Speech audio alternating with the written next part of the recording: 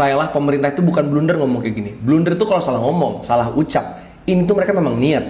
Mereka punya niat jahat, melindungi para pelanggar HAM berat yang terlibat dalam kerusuhan 98 yang masih berkuasa sampai sekarang, sampai detik ini. Jadi kalau ada yang bilang Fadlizon itu nggak baca sejarah, itu salah besar. Justru karena dia baca, dia tahu teman-temannya, bos-bosnya terlibat dalam pelanggaran HAM berat 98, makanya perlu dilindungin, perlu ditulis ulang sejarahnya. Sebelumnya, gue udah pernah bahas soal kenapa kekuasaan seringkali pengen menulis ulang sejarah versi mereka sendiri. Dan viewersnya cukup banyak, bukti banyak yang peduli sama sejarah bangsa kita. Intinya gue katakan, kalau banyak pemimpin diktator dunia, itu memang pengen menulis ulang sejarah versi mereka sendiri. Karena mereka sadar, kalau mereka bisa mengontrol masa lalu, mereka bisa mengontrol masa depan. Fadlizon ngomong itu rumor, dia bohong aja itu. Dia tahu kok, Habibie pernah ngomong, memang ada kerusuhan 98 beserta pemerkosaan massalnya. Tim gabungan pencari fakta sudah membuat tulisan panjang mengenai pemerkosaan massal ini.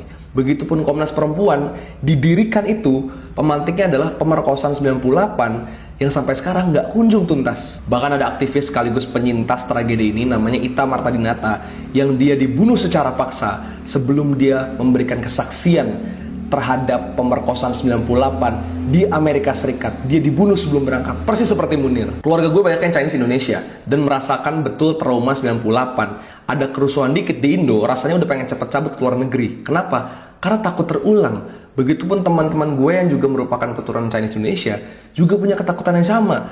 Traumanya beneran nyata. Kalau kekuasaan bilang ini rumor, mereka bohong, ngibul. Saat kerusuhan 98, itu yang menginisiasi penjarahan, pemerkosaan, itu orang-orang berbadan tegap, kekar, baju hitam-hitam. Kita tahu nggak usah sebut itu siapa, dalangnya siapa, kita juga sama-sama tahu. Jadi kepentingan kekuasaan menghapus cerita tentang pemerkosaan massal dan juga pelanggaran HAM berat adalah karena mereka tahu yang menjadi dalang, pelaku, mereka-mereka lagi, lingkaran-lingkaran itu lagi. Kita harus lawan balik propaganda pemerintah. Sebelum besok-besok, lo mati di tangan negara, jangankan lo ditulis ulang dalam sejarah, lo mati.